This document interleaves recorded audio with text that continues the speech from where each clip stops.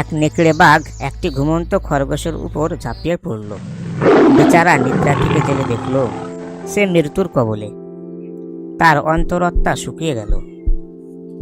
সে তখন অনুনয় বিনয় করে বলতে লাগলো, আমি খুব ভালো করেই জানি আমার মতো এত দুর্বল প্রাণী জাহাপনার ক্ষুধা মেটাতে পারবে না। যদি জাহাপানা এই ছোট এক লোকমার আশা ত্যাগ করে, তাহলে এক শিয়ালকে আমি দেখিয়ে দিতে পারি যা স্বীকার করলে জাহাপনার তৃপ্তি হবে। আর যদি তা না হয়, তাহলে বান্দা তো জাহাপনার খেদমতে হাজির আছেই। কথাটা নেকড়ে বাঘের মনের মতো হলো।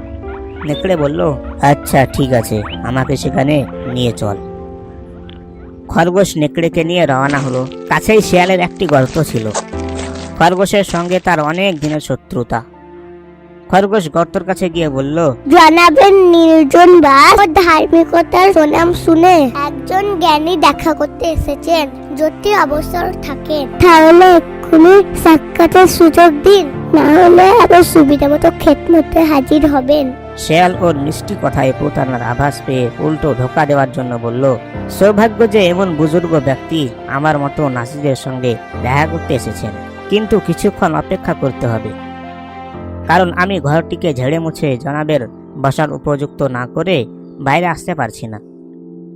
খরগোশ নেকড়ে বাঘকে এ সংবাদ জানালো এবং সে এ কথা শুনে বেশ খুশি হলো। শিয়াল পূর্ব থেকে গর্তে ঢোকার রাস্তায় একটি গভীর কূপ খনন করে রেখেছিল, তাই নতুন করে লতাপাতা দিয়ে ওই গর্তটিকে ঢেকে দিল। খরগোশ নেকড়ে বাঘকে নিয়ে সেই অন্ধকার গর্তে ঢুকতে গেল এবং দিশা না পেয়ে সেই গভীর কূপে পড়ে গেল। নেকড়ে বাঘ এই ঘটনাকে খরগোশের চালাকি মনে করে বলল, দাঁড়া রে, তোর এত বড় সাহস, তুই আমার সাথে প্রতারণা করছিস। সাথে সাথে নেকড়ে তাকে মেরে ফেলল।